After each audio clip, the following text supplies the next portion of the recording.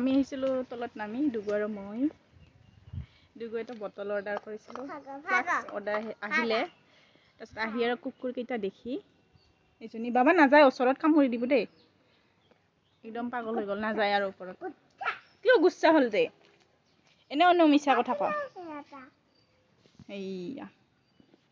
খুব ভাল পায় কুকুৰ ওপৰতে যাব নোখোজে অ মই পাহাৰ দেখিছোঁ তুমি দেখিছা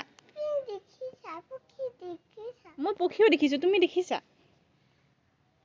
প্লেন দেখিছা তুমি দেখিছা প্লেন আবু দেখিছা অ আবু দেখিছোঁ ওপৰত আবু আছে আটা এইটো কাৰ বটল এইটো দুগু পানী বটল ইমান মানে ধুনীয়াকৈ কথা কৈ থাকে শুনি থাকিব মন যায় আটা গুচি গ'ল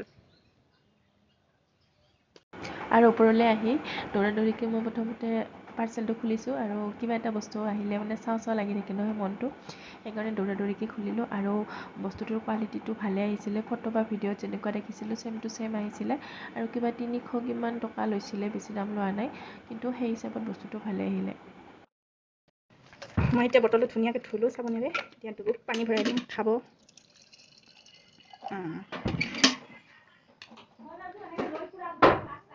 ফ্লাস্ক টাইপে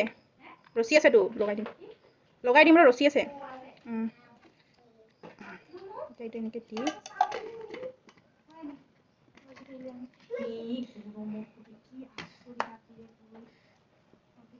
মানে এনেকৈ থ'লে হ'ল আৰু এতিয়া ভৰাই দিলে হ'ল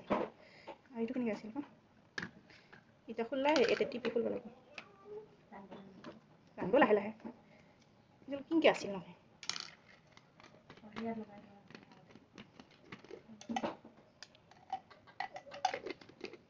ওলাইও মানে লৈ যাব পাৰি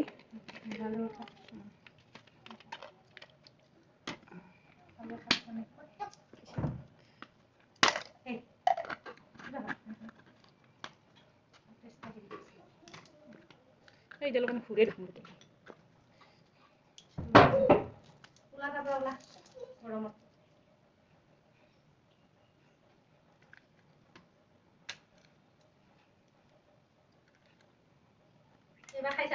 পানী খা সোমাই লৈছো এইটো সোমাই থাকে কোনেবা ক'ত সোমাই থাকে এনে ছোৱালী আছে না আমাৰ জীৱনত কাৰোবাক লাগে নে